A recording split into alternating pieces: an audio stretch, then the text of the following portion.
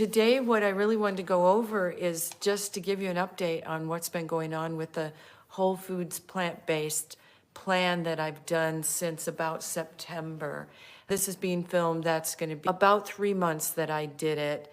If some of you are not aware, I started it because my dad, he was having procedures done on his heart because of coronary vessels or heart vessels that were blocked, and also because of a heart valve that wasn't working. And my dad's in his 80s, and I realized that's a nice long time to be able to live.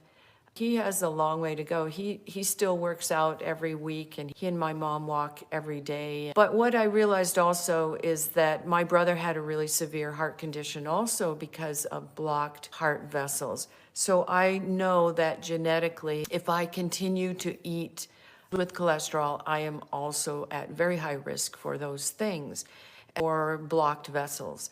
And when you get blocked vessels, we're not just talking blocked vessels in your heart, we're talking blocked vessels in your brain, in your kidneys, everywhere really.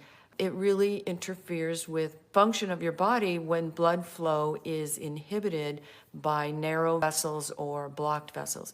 So my thought at that time was I really needed to really get very strict with my diet when it came to cholesterol.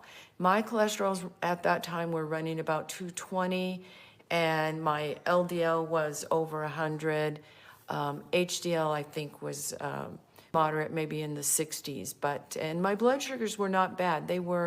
I could get them pretty easily around 70 to 90, but below 100 most of the time, and really pretty good for blood sugars. So I did this. I made this switch to a Whole Foods plant-based program without any added oils or fats, without any sugars or minimally processed foods, because some foods are still processed to some degree, and just to see how that would go for the next 3 months. And I did pretty well until Thanksgiving. And then I had company over for Thanksgiving, not even for Thanksgiving Day, but the week before. And we ended up making a roast chicken because it was 3 of us, and had some vegetables and things like that. So that was the first point at which I got off the no animal products portion of my Whole Foods plant-based diet. And that was just for one day. And then we went into Christmas, and I did some things. At one point, I bought some blue corn Doritos. And blue corn is really good because any of those really dark colored, purplish, blue kinds of fruits and vegetables can be very healthy because of some of the antioxidants in them. But in this case, they had oil. So that was either canola or sunflower oil.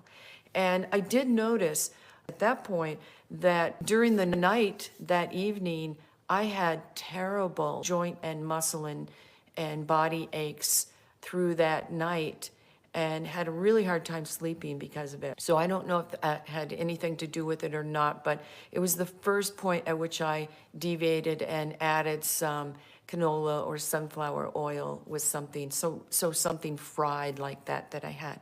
And then into the Christmas holiday, I got a couple of really nice dark chocolate candy bars that were given to me in my stocking. And they were delicious, by the way, but I ate 2 little sections, 1 to 2 little sections of those each day, but it was all in the 2 weeks leading up to having my blood rechecked.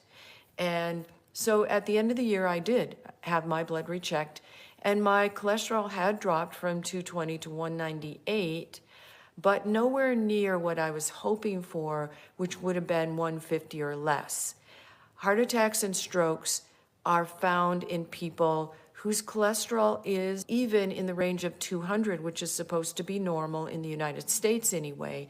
But when it comes to avoiding strokes and heart attacks and inflammation to blood vessels, what we find is that when you can get it lower than 150, we see virtually almost 0 heart attacks in that range when people are running 150 or less for cholesterol.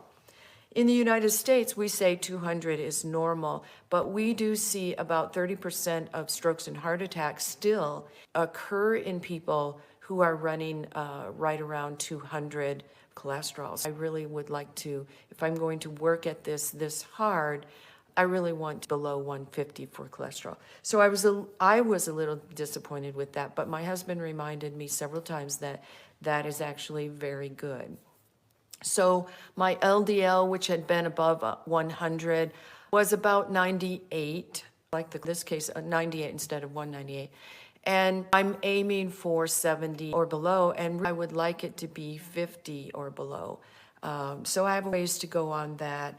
And my HDL was very good. Usually you can get HDL in the good range if you are eating plant foods and you are exercising, which I'm doing both. HDL comes in bad version and a good version.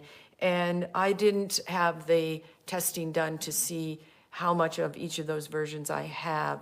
I just am still going to work on Whole Foods plant-based, and maybe at some point in time I'll have them check how much of each of those versions of good and bad HDL that I have. And the last one that I was a little bit disappointed was my blood sugar. So again, here I am eating these 2 candy bars, a little bit a day, that have cocoa butter and sugar in them, all leading up to the time of my blood tests. And mine was running with a hemoglobin A1C of 5.7, which is an average blood sugar of about 123, 125 range. And that was higher than I have been.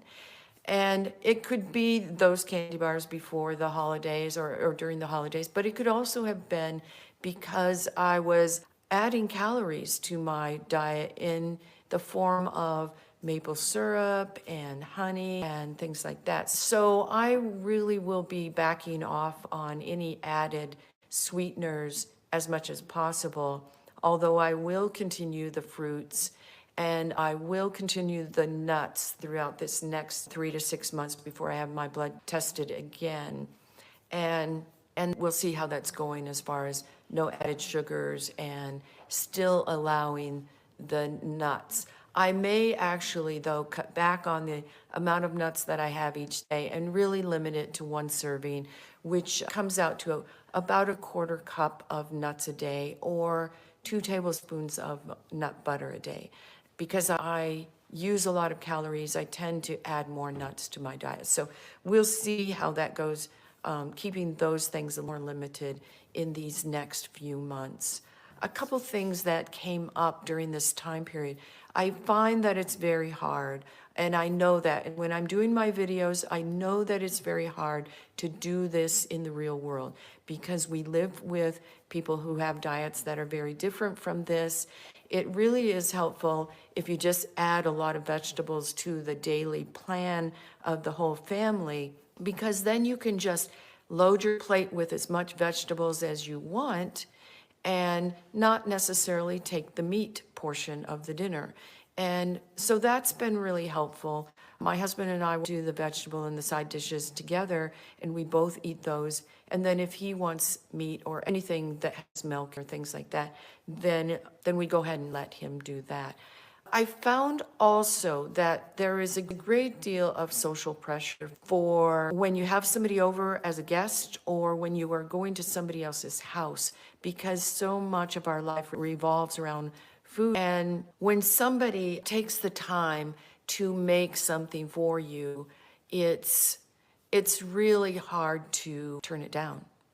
And what I've been doing lately, when I go places with people and we're out, a lot of times I'll take something with me that I know I would like to eat and not necessarily buy something. I might take something that I can add water to, or maybe it's something like a dressing I can add to a salad that I get at a restaurant, and take my own tea and things like that. But when you go to somebody else's house, that's really hard.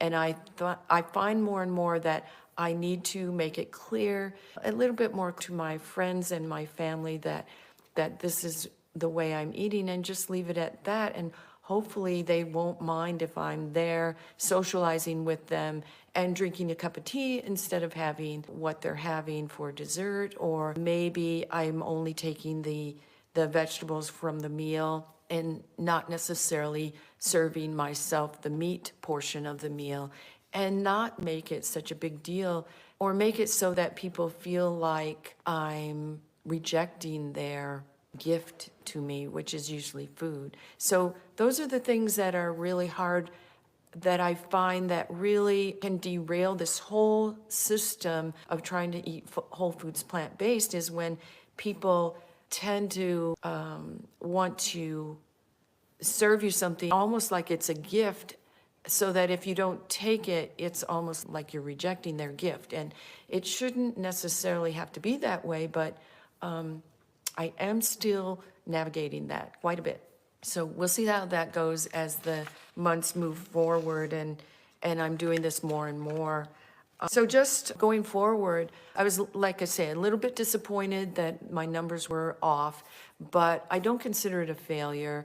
And I think, just like I've always said, that when you're doing something like this, becoming more healthy is a lifetime project. It's not you make a resolution and then by, the time that it's January, February, and you've gone off of it, then you're completely off track. I don't believe that at all. I think you just rework it a little and bring yourself back to the course that you want to be on and continue forward. This has been a very long-term process for me from the time I first started all of these things. And I would say it's been a 12 or 13-year process to get to the point that I am right now. So there's no possible way that it's something that I would expect people to get to in a month or two. It's a long-term process. You do a little bit at a time. You find one or two things that you want to work on, and that's what you work on.